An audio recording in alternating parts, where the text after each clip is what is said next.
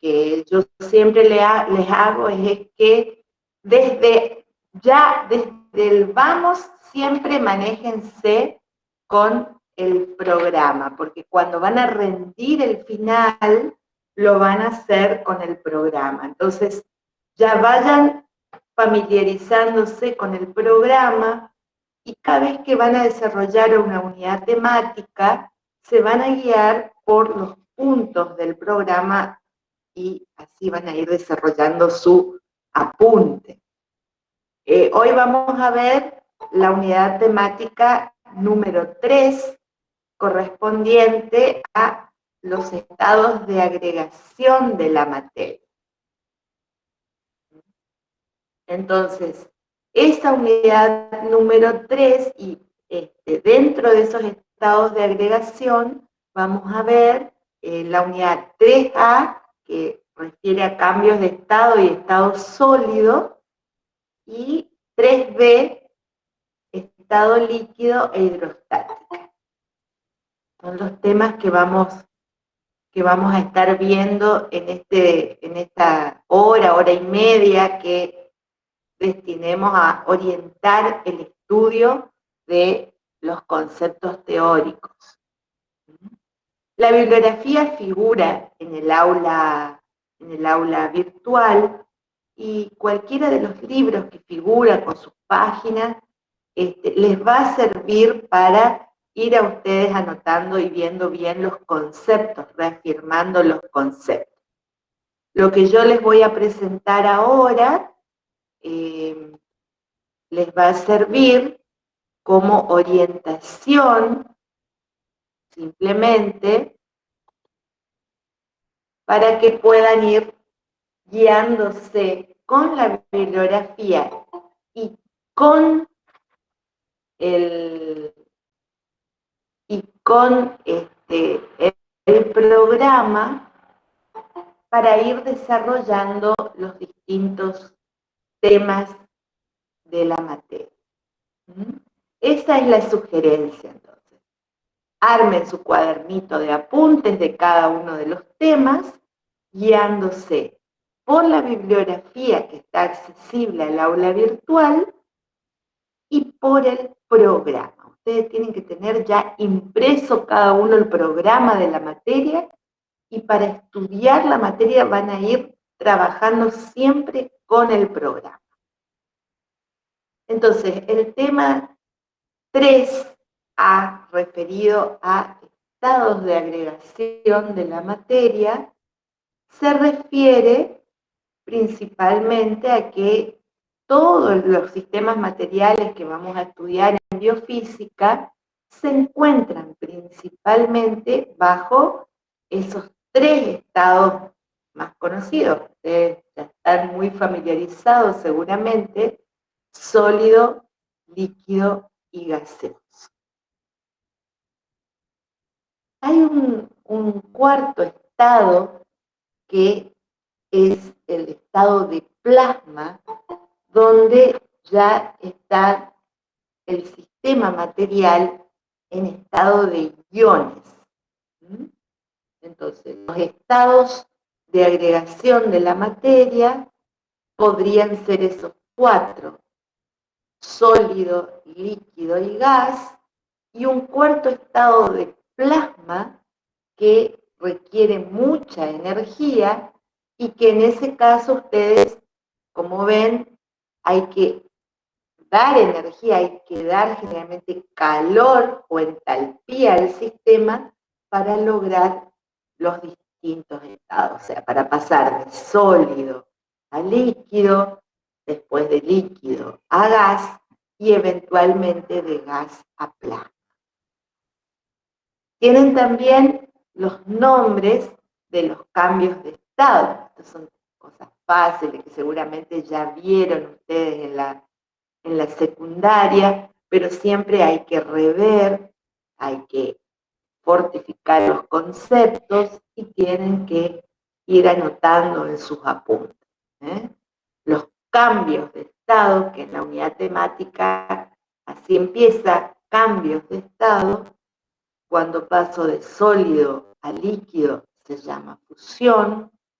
de líquido a gas se llama vaporización o evaporación, y de gas a plasma, ionización.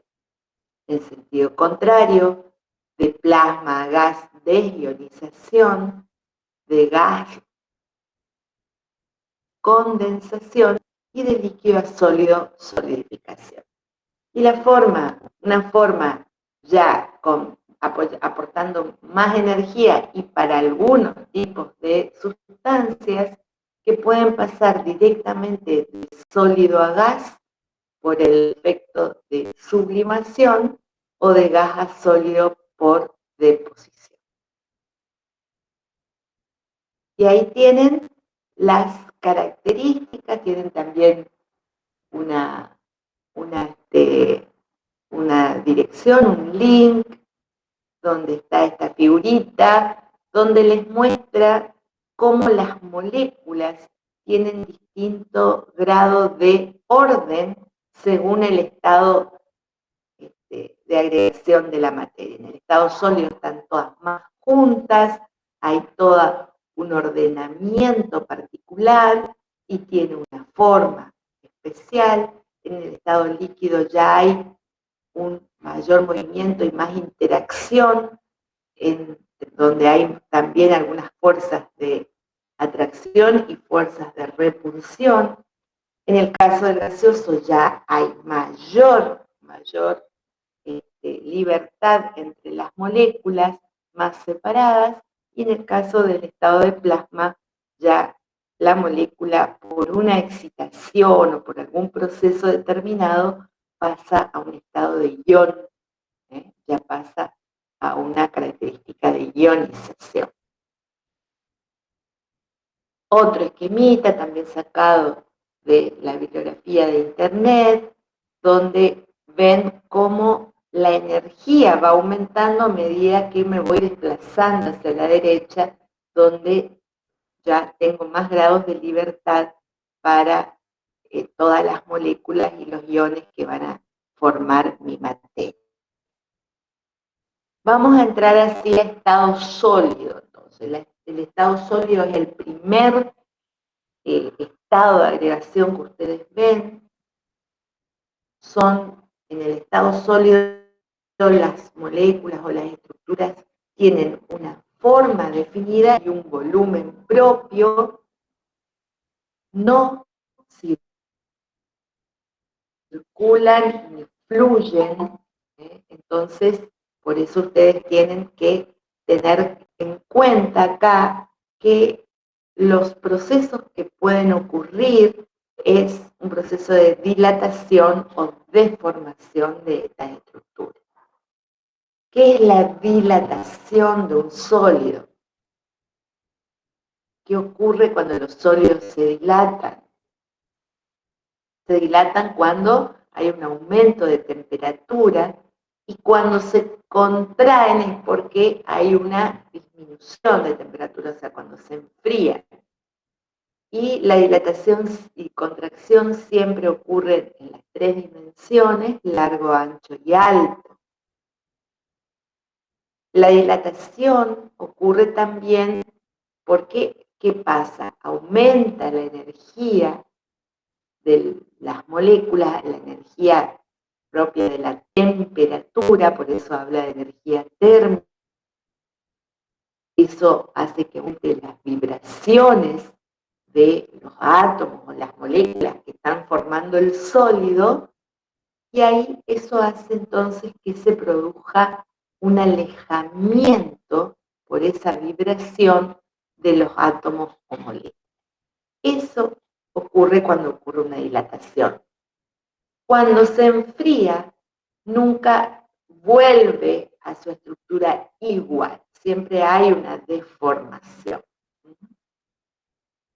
O sea, ahí muestra un esquemita, que es la dilatación, es el cambio entonces en su longitud alto o ancho cuando hay un aumento de temperatura. Y vamos a pasar a ver lo que dice en toda la unidad temática, los puntos, están las propiedades que tienen los cuerpos sólidos. Esas propiedades incluyen la elasticidad, plasticidad, ductibilidad, maleabilidad, fragilidad y dureza. Cada uno de esos conceptos ustedes los pueden encontrar en la bibliografía. La definición con un ejemplo. Entonces, eso principalmente puede cada uno cuando arma su apunte para estudiar después para el teórico, ir sacando de la bibliografía definiciones. Es la elasticidad, ¿a qué se refiere? A una deformación generalmente total o parcial por una fuerza exterior. Y puede ocurrir en un cuerpo parcialmente elástico, puede ocurrir tracción, compresión, flexión o torsión. Ahí tienen lo que es cada uno de ellos. La torsión, fíjense, son dos fuerzas que se van en sentido contrario. La flexión son dos fuerzas que van a provocar que se doble el cuerpo. La tracción es tratar de tirar el cuerpo y la compresión es tratar de acortarlo, de hacerlo más chiquito y por lo tanto se aplican dos fuerzas que tratan de unirse. Entonces, ¿por qué es importante o por qué les damos todos estos conceptos? Porque la parte sólida de los seres vivos, que generalmente son los huesos, van a estar recibiendo este tipo de fuerzas. Fuerzas externas que provoquen tracción, compresión, corte o flexión y torsión. Chicos, cualquier cosa ustedes me frenan, Si hay algo que no entienden, bueno, para hablar de tracción, que es estirar el cuerpo, y acá viene la definición de módulo de Young, donde el módulo de Young es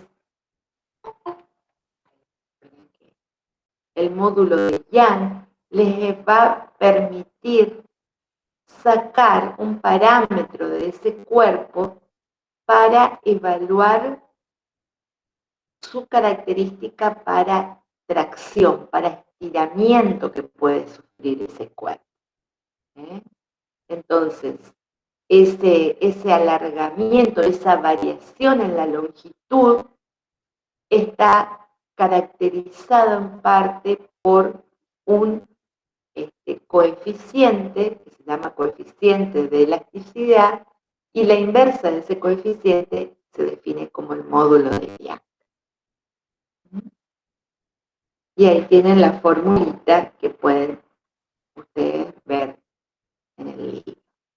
La ley de Hooke es otra ley que en física se aplica para evaluar el estiramiento de los cuerpos y siempre tienen que asociar la ley de Hooke con un resorte, o sea, cómo se puede estirar un cuerpo sólido aplicando una determinada fuerza.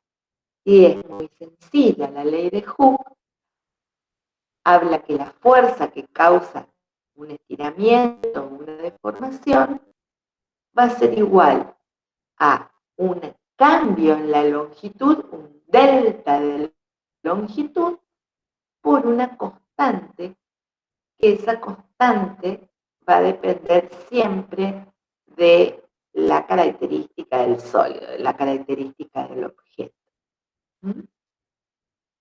Entonces, así se enuncia la ley de Hooke. En la bibliografía también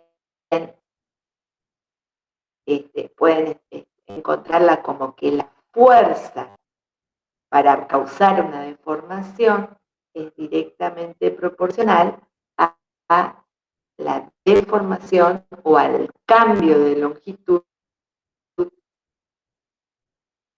que se mide generalmente en unidades de longitud. Bueno, cuando hablo de flexión, fíjense ahí, actúa la fuerza perpendicular, y cuando hablo de torsión, generalmente es un par de fuerzas, pero que tratan de rotar, o sea, giran en sentido contrario. Ahí también se habla del concepto de módulo de elasticidad, de límite de elasticidad y de módulo de ruptura. Cada sólido tiene un límite para responder a estas fuerzas de flexión y de torsión. Por eso, según estos parámetros, un cuerpo cuando tiene mucha plasticidad, tienen estos parámetros bajos. Cuando es muy dúctil, hay gran diferencia. Dúctiles que se puedan estirar en finos hilos, eso pueden buscar en la bibliografía, ¿eh? No tiene mucho sentido que yo les esté explicando, simplemente los estoy orientando en qué van a encontrar en la bibliografía que les marcamos en referencia a este tema.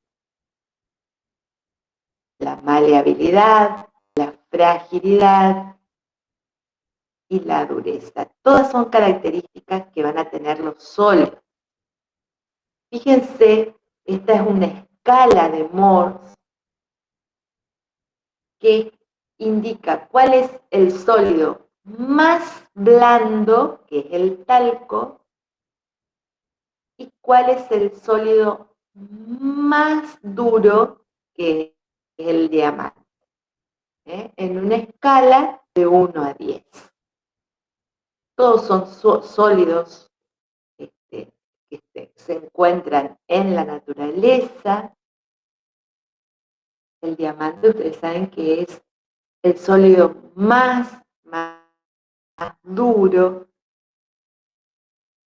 que permite y se utiliza una punta de diamante para grabar y para mellar en otros sólidos, ¿verdad? Bueno, en cuanto a la clasificación de los sólidos, tienen dos grandes clasificaciones en función de cómo interaccionan con la luz. Tienen los isotrópicos y anisotrópicos. Iso, acuérdense que es un prefijo que significa igual, quiere decir que reaccionan en forma igual a un rayo de luz en cualquier lugar o en cualquier sentido que interaccione este haz de luz sobre el sólido. Y anisotrópicos son aquellos que actúan en forma diferente frente a la luz según en qué sentido atraviesa el haz de luz al cuerpo. Y ahí tienen otra clasificación que es de simple refracción, o sea que cambia el sentido de la luz cuando atraviesa el cuerpo en una sola dirección, y birrefringentes porque según en qué sentido atraviese la luz, van a sufrir los rayos de luz cambios que pueden ser positivos o negativos. Y ahí tienen el ejemplito. Los isótropos entonces tienen esta característica, que el sólido pasa de un estado líquido a un trópico el sólido pasa a un estado primero de cristal líquido, después líquido y finalmente de los sólidos en física. Y directamente ahora pasamos a hablar dentro de los sólidos, hay que resaltar de los huesos que están presentes en el sistema biológico. Las cosas es que son elásticos, tenaces y frágiles. ¿Qué significa la elasticidad?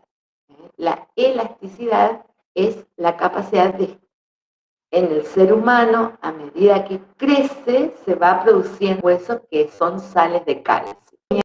Son elásticos y al ir madurando ya se vuelven mucho más frágiles también. Esa elasticidad, sales inorgánicas.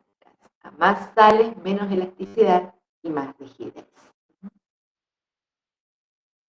La tenacidad se refiere a la cohesión que existe en el hueso, que es una fuerza que hace que el hueso pueda resistir las presiones a las que está sometido. Es la fuerza de atracción o fuerza de cohesión que va a existir entre las moléculas que componen el hueso. Y ahí tienen para que puedan comparar un poquito, esto está en la bibliografía que nosotros les dimos, no les muestro nada más, los parámetros de tensión o esfuerzo, el módulo de Young, que habla de la elasticidad, cómo cambia según un sólido inorgánico, incluso un sólido proveniente del mundo vegetal, como una madera, y comparando con un hueso, que puede ser un hueso compacto o un hueso trabecular.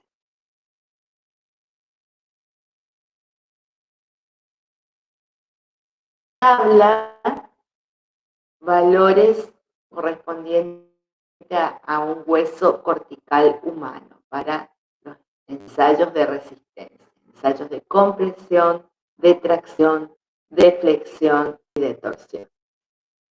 Esto no se les pide que sepan valores de memoria, simplemente se les muestra o se les pide que lean en la bibliografía para que tengan idea de estas características que acompañan al material óseo de los seres vivos.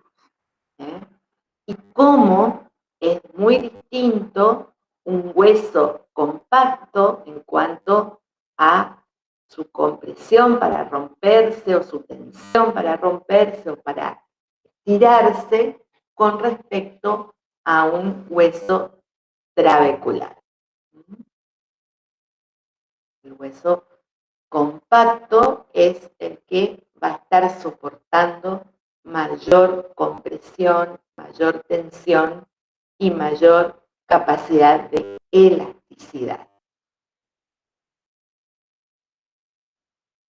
¿Alguna duda tienen de estado sólido? Esto entonces, la sugerencia es que vayan punto por punto del programa y que con la bibliografía ustedes hacen un esquema de un resumen de cada uno de los puntos del programa. Y así como les estuvimos mostrando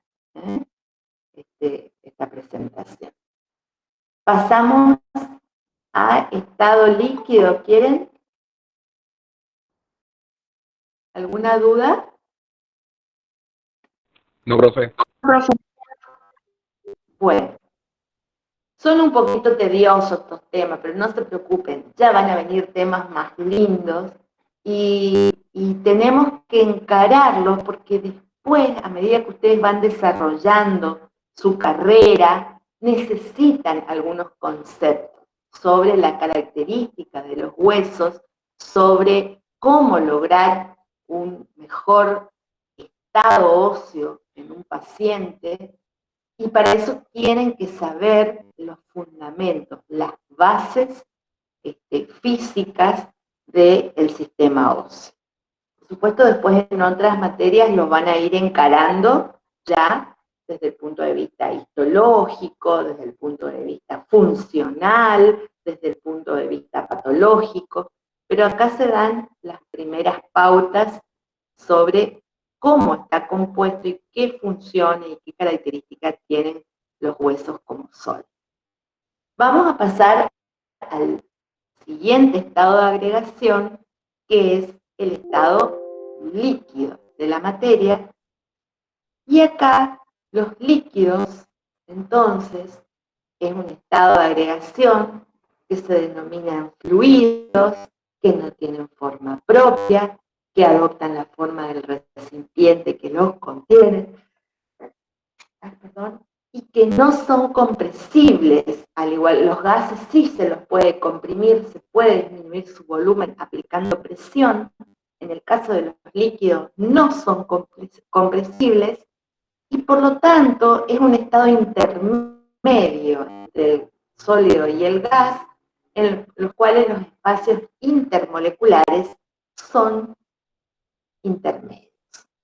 Vamos a definir qué es la hidrostática, que es la parte de la física que va a estudiar los líquidos en reposo.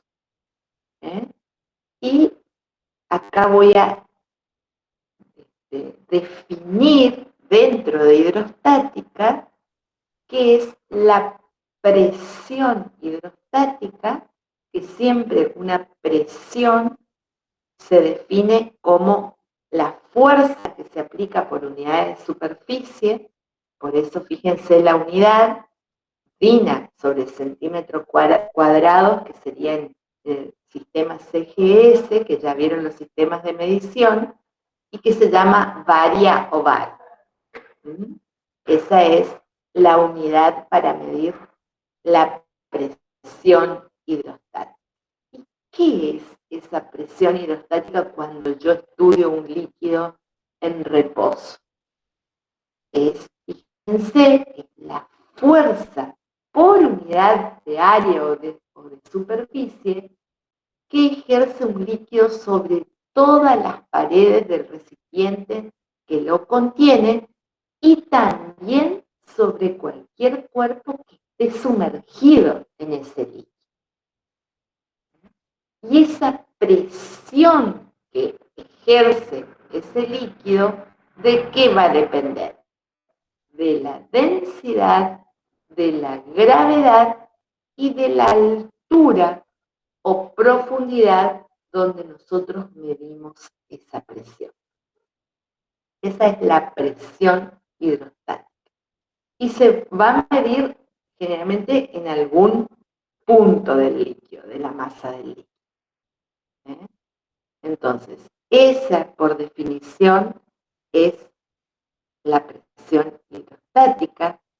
Y entonces tenemos el teorema general de la hidrostática que dice que todos los líquidos ejercen una cierta presión sobre las paredes de los recipientes y que esa presión hidrostática va a crecer de acuerdo a la profundidad del líquido. Por eso la presión es la altura por el peso específico. Todos los puntos del líquido situados en un plano horizontal van a tener la misma presión. Esa es como una conclusión del teorema de la hidrostática. ¿Cómo se mide la presión? Con un manómetro. Los manómetros son elementos que se usan para medir las presiones de los líquidos y de los gases. Básicamente de los líquidos. Cuando yo quiero ver una presión que está ejerciendo un líquido, lo puedo hacer midiendo esa altura, esa diferencia de altura que se da en las dos columnas donde figura o donde está el líquido. Ese es el fundamento de un manómetro. ¿Cómo puedo medir la presión?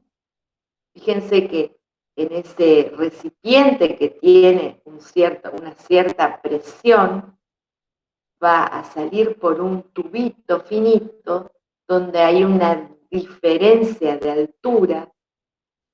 ¿Hasta qué altura va a ascender ese líquido? Hasta que la presión 2 se iguale a la presión de la atmósfera, la presión atmosférica. Por eso va a frenar ese ascenso hasta que llegue a un cierto valor de presión que se va a igualar a la presión atmosférica.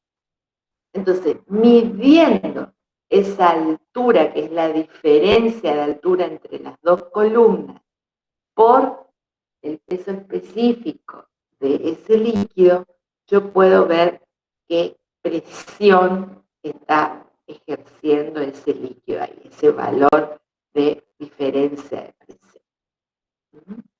Ese es el fundamento de un manómetro. ¿En qué unidades se mide presión?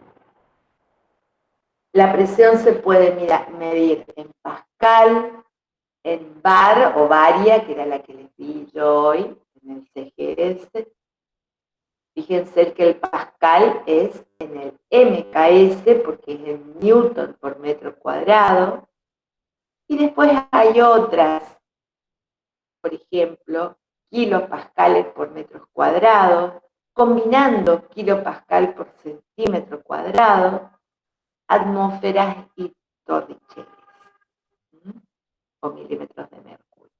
Son todas unidades de presión de fluidos que ustedes van a ir viendo a medida que cursen. Por ahora me conformo con que sepan el bar, que es en el CGS, y el pascal en el MKS. Después se pueden interconvertir unidades. Bueno, vamos a ver el principio de Pascal. El principio de Pascal, fíjense que es el que se utiliza para mover con una pequeña fuerza, mover objetos muy pesados. Por eso es el fundamento de una prensa hidráulica que se usa, por ejemplo, para mover un vehículo, para mover un auto. ¿Cuál es este principio? ¿Qué dice el principio de Pascal? El principio dice que la presión que se aplica en un punto, en algún punto de una masa, de un líquido, se transmite con igual valor a todos los puntos del líquido. Entonces, fíjense, si la presión, acuérdense que era fuerza sobre área o por unidad de área.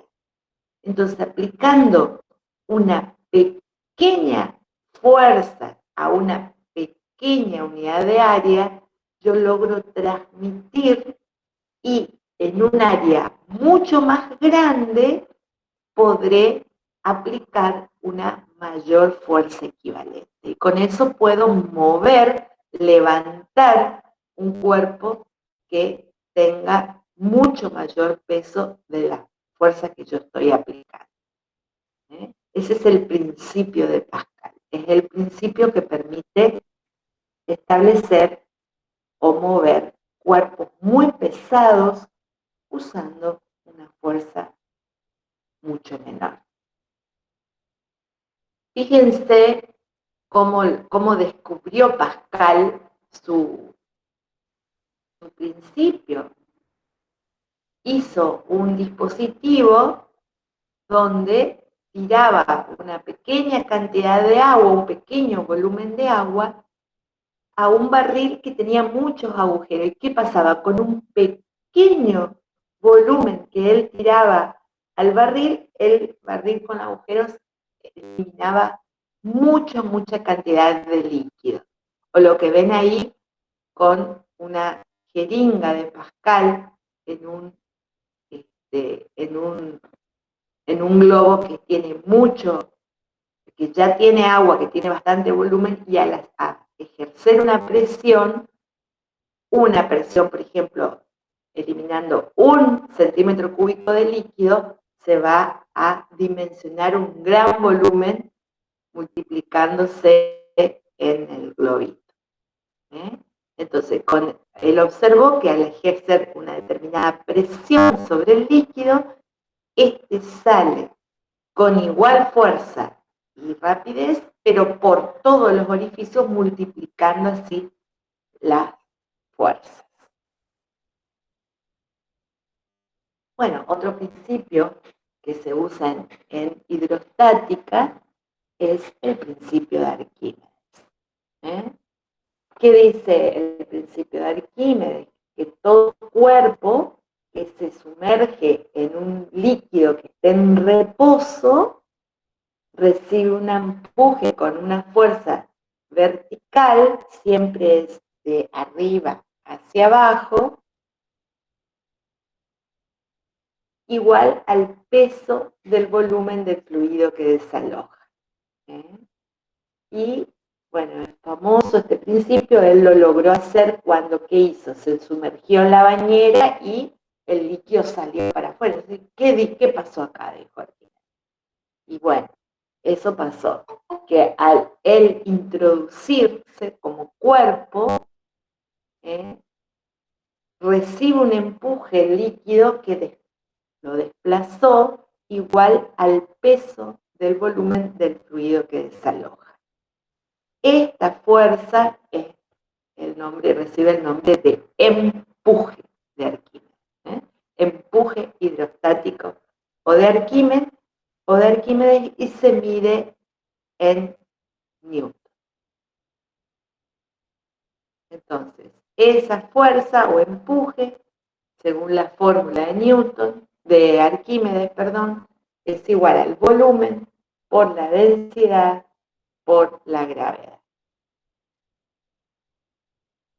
Entonces, el empuje va a depender de la densidad del fluido, va a depender del volumen del cuerpo, cuanto mayor volumen, mayor empuje, y también de la gravedad que exista en ese lugar. Entonces, este es el famoso principio de Arquímedes. Ya lo vieron ustedes al principio de Arquímedes cuando trabajaron con el concepto de densidad, porque vieron que en el caso del pignómetro podían usar el principio de Arquímedes para medir la densidad de un sólido que lo podían sumergir en agua y no se disuelve. Y así podían sacar el valor de densidad de ese sólido no soluble en agua. No sé si recuerdan, pero ahí ya vieron algo del principio de Arquímedes. Bueno, acá lo estamos retomando en hidrostática. Bueno, ahí está un esquema. Todo esto está en la bibliografía. Equivalente, siempre de abajo hacia arriba, y que es equivalente al peso del volumen del cuerpo desalojado. Ahí tienen, como pueden observar, tienen en una probeta, que es un material volumétrico que les mide volumen, y que cuando ustedes sumergen el cuerpo, que no es soluble, o sea, tiene que ser no soluble en agua, pues si no se les disuelve, una piedrita, un metal, una moneda, lo que quieran ustedes determinar su volumen, lo sumergen, el volumen que desplaza es el empuje y equivale al peso de fluido desalojado. Otro concepto muy importante cuando vemos hidrostática es el fenómeno de tensión superficial.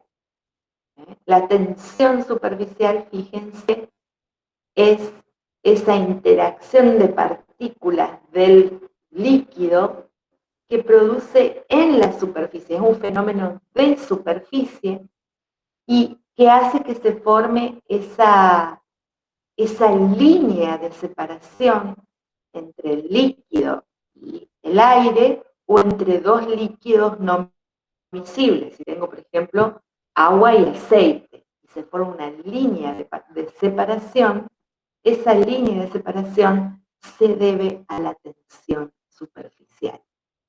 ¿Y por qué ocurre ese fenómeno? Y es porque, y acá pueden visualizar perfectamente, las moléculas que están en la superficie no tienen una resultante de fuerzas de cohesión nula como las tienen en las del seno del líquido. Si yo estudio una molécula en el seno del líquido, ven que recibe interacción con todas las moleculitas que tiene alrededor. Entonces, si saco una resultante de esas fuerzas en el seno del líquido, la resultante va a ser nula. Mientras que si estudio una moleculita en la superficie, como esa que está marcada acá, la resultante no va a ser nula, porque cuando yo componga estas fuerzas, como resultado voy a tener una fuercita hacia abajo. Y la suma de todas las fuercitas hacia abajo que sufren estas moléculas que están en la superficie son las que hacen formar esa línea de separación. Este efecto se llama tensión superficial. Y hacen, por ejemplo, que un insecto como este mosquito se pueda parar sobre la línea, sobre la superficie y no se hunda. Ese es el fenómeno de tensión superficial. Y ahí tienen de vuelta. La molécula en la superficie va a tener las fuerzas de cohesión no son nulas, mientras que en la molécula en el interior la resultante es cero, para que esté así inmóvil la partícula, porque si hay una fuerza en un sentido de atracción, hay otra con otra molécula en otro sentido correspondiente. Ese fenómeno de tensión superficial explica que los líquidos tiendan a adoptar el menor volumen posible y por eso se formen lo que se denominan las gotas o se formen estas estructuras en la superficie que hablan de ese fenómeno de tensión superficial. Acá hay que hablar que hay sustancias que pueden actuar sobre la tensión superficial. Hay algunas que se llaman batótonas, por ejemplo, jabones, que lo que hacen es disminuir la tensión superficial, por eso forman espuma, y las ipsótonas que concentran en el interior del líquido y son las sales. Estas aumentan la tensión superficial. Esos son los tensioactivos. También es importante conocer el concepto de circulación en tubos capilares. Ahí tienen los distintos tipos de meniscos.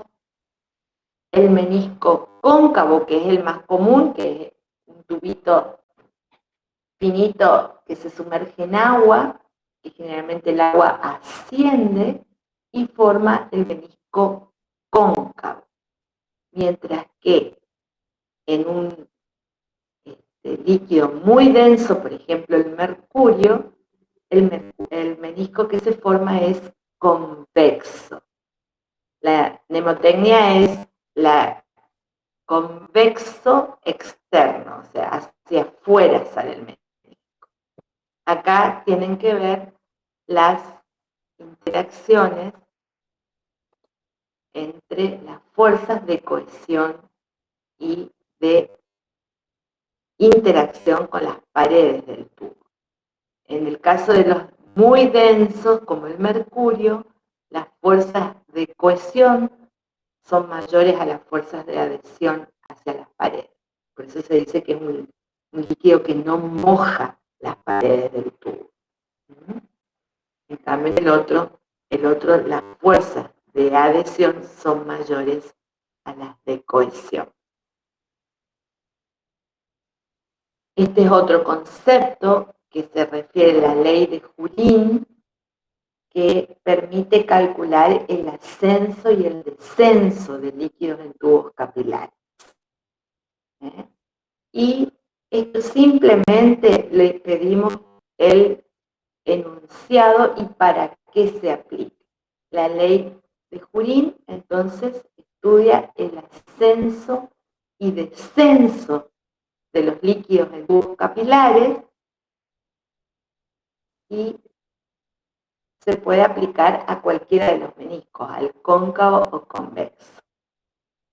Y estudia la altura, o sea, el ascenso de ese líquido por el tubo capilar. Eso directamente pueden sacar de la bibliografía.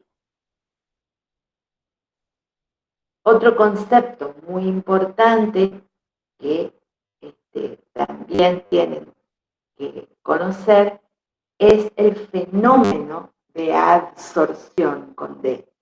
La adsorción es también una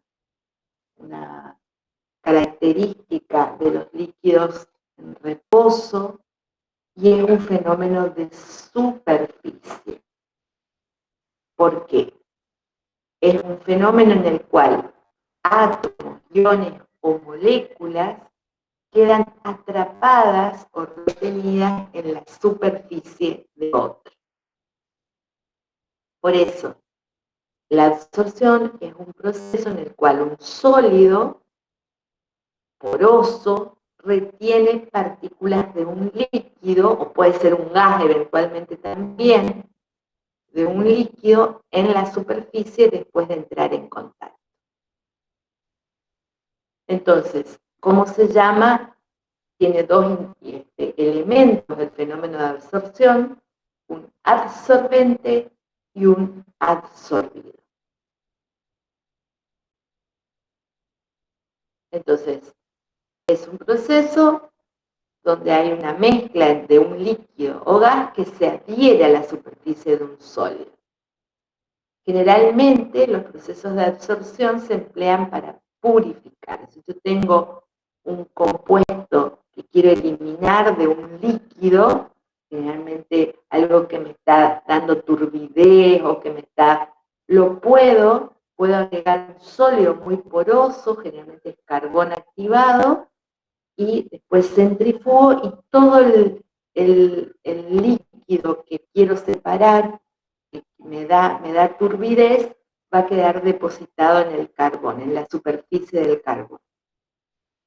El sólido es el adsorbente y la especie que se adhiere es el adsorbato o también llamado absorbido. Y ahí tienen un esquema del carbón activado. Se llama así carbón activado porque es carbón que está muy cortadito, muy trituradito en pequeñas partículas y se pone en estufa para que un ratito para activarlo y así se agrega al líquido donde se quieren separar.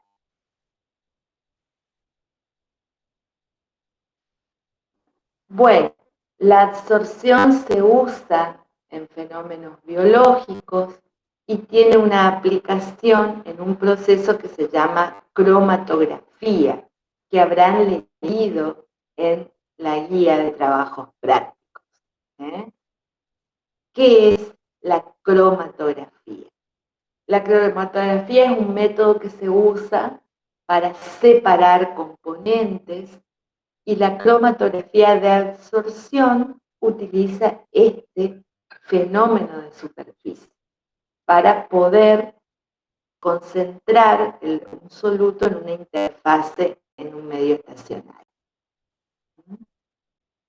Simplemente, fíjense, yo logro separar, por ejemplo, proteínas, distintas proteínas, en una fase sólida, porosa, y haciendo circular un líquido, van a ir circulando por esa estructura porosa y así yo puedo lograr separar los componentes. Ese es el fundamento de una cromatografía, de absorción. Generalmente las cromatografías se dividen en absorción y partición. Habrán usado a lo mejor una de partición para separar los pigmentos de un vegetal. Lo hicieron en la secundaria, a veces se hace, se separan las distintas clorofilas en una bureta se coloca tiza toda rota y bien partida, hecha polvo, que actúa como material absorbente, se le coloca un poquito del extracto del vegetal y con alcohol se va haciendo correr ese extracto. Y ahí se logran separar los distintos tipos de clorofila. Y ven las banditas. Ese es el fundamento de la cromatografía de absorción. Bueno, no sé si les sirvió más o menos lo que yo les di. A ver si saco acá. Si tienen alguna consulta que quieran hacer. Sé que es mucha información, pero la idea es que hagan como yo les dije, o sea, que vayan con el programa y con la bibliografía, ustedes viendo después qué es lo más interesante. Les puedo subir este PowerPoint si quieren, para que tengan como guía. Estaría bueno. Bueno, ¿quedó claro entonces más o menos los conceptos? En una próxima reunión vamos a seguir dando estos temas. Daríamos no sé si les doy yo o les da el otro profe, sería la parte de hidrodinámica. Esto fue hidrostática, seguimos con líquidos y veríamos hidrodinámica y después les puedo dar yo la parte de estado gaseoso. ¿Qué les parece? Sí, profe.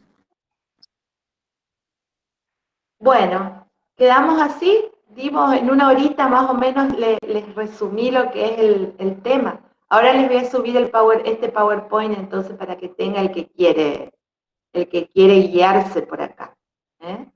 Profe, tengo una pregunta. Sí, sí. El